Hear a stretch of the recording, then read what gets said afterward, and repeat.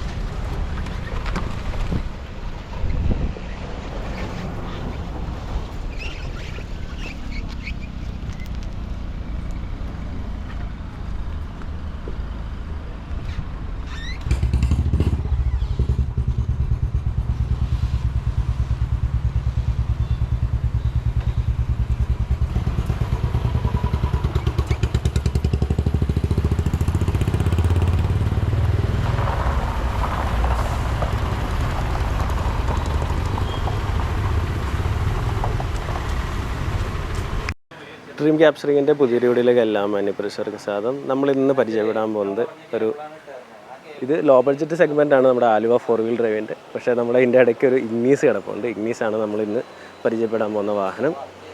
അപ്പോൾ ഇത് ഏകദേശം 4,80,000 ചോദിക്കുന്ന 2019 പെട്രോൾ 1.2 ലിറ്റർ ഡെൽറ്റ, അതായത് ഒരു മിഡിൽ ഓപ്ഷൻ വണ്ടിയാണ്.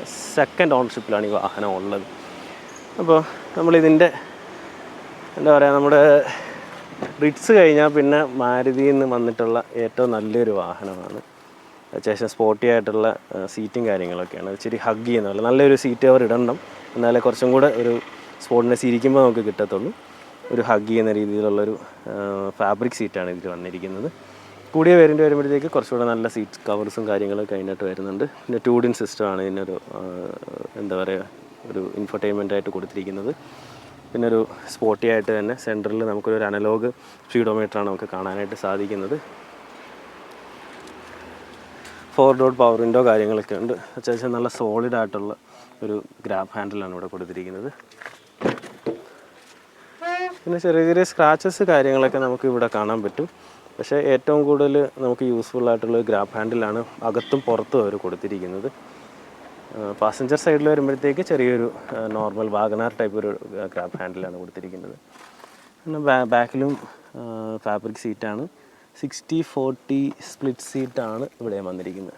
അത് വളരെ നല്ല യൂസ്ഫുൾ ആയിട്ടുള്ളൊരു കാര്യമാണ് 60/40 സീറ്റ്. ഞാനത് പറയാനുള്ള കാര്യം എന്ന് വെച്ചാൽ, അത്യാവശ്യം ഒരു പാസഞ്ചർ ഇരുന്നുകൊണ്ട് തന്നെ, ഇല്ലെങ്കിൽ 2 പാസഞ്ചർ ഇരുന്നുകൊണ്ട് തന്നെ നമുക്കിവിടെ അത്യാവശ്യം ചെറിയൊരു ലഗേജ് വെക്കാം. അല്ലെങ്കിൽ ഒരു പാസഞ്ചർ ഇരുന്നുകൊണ്ട് തന്നെ അത്യാവശ്യം വലിയ 2 ലഗേജ് നമുക്ക് അവിടെയും വെക്കാൻ പറ്റും. അപ്പോൾ നമുക്ക് അത് നല്ലൊരു യൂട്ടിലിറ്റി കാര്യമാണ്. നമുക്ക് റെയറിലേക്ക് വരുമ്പോഴത്തേക്ക് നമുക്കിവിടെ ഒരു മാനുവൽ ബട്ടണാണ്, ഒരു മാനുവൽ പ്രസ്സിലൂടെ നമുക്ക് തുറക്കാൻ പറ്റുന്ന ഒരു ഹാച്ചാണ് വന്നേക്കുന്നത്. ഹാച്ച് എന്ന് പറഞ്ഞാൽ പുറകിലത്തെ ഡിക്കി. പിന്നെ ഒരു പാഴ്സൽ ട്രേ ആണ്.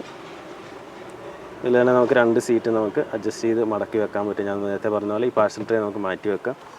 ഇതിൻ്റെ ഒരു സ്പെയർ വീൽ ഇവിടെ വന്നിട്ടുണ്ട്. സ്പെയർ വീലും നമുക്ക് ഓൾമോസ്റ്റ് 15 ഇഞ്ച് തന്നെയാണ് വന്നേക്കുന്നത്. അതായത് ബാക്കി വീൽസ് എങ്ങനെയാണോ അത് തന്നെയാണ് നമുക്ക് സ്പെയർ വീലായിട്ടും വന്നിരിക്കുന്നത്.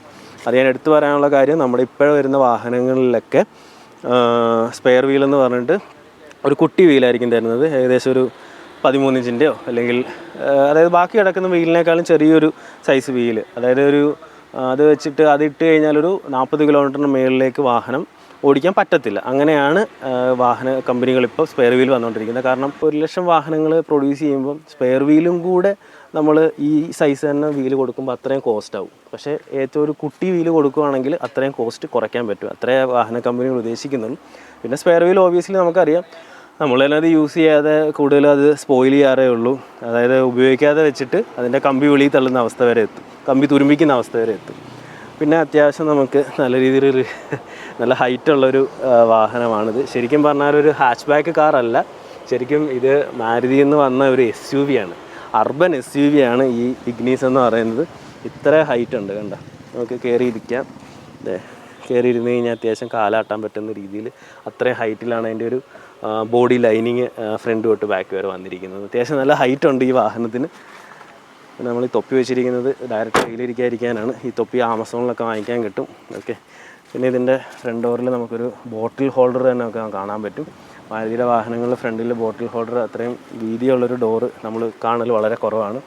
ഇത്രയും നല്ല സൈസിലാണ് ഇതിൻ്റെ ഒരു ഡോറിൻ്റെ ഒരു ഇത് വന്നിരിക്കുന്നത്. സാധാരണ ഒരു മാരുതി വാഹനം നമ്മൾ നോക്കുകയാണെങ്കിൽ ഇതിന് അത്യാവശ്യം സൈസ് ഉണ്ട് കേട്ടോ, ഡിസൈറാണ്. മാരുതി 800 ശരി, ഓക്കെ. മാരുതിക്ക് അത്യാവശ്യം കട്ടിയുള്ള വാഹനങ്ങളുണ്ട് ഗൈസ്. അപ്പോൾ എന്തായാലും നല്ല വൈഡായിട്ട് ഓപ്പൺ ചെയ്യാൻ പറ്റുന്ന ഡോറ് കാര്യങ്ങളൊക്കെയാണ് വന്നേക്കുന്നത്.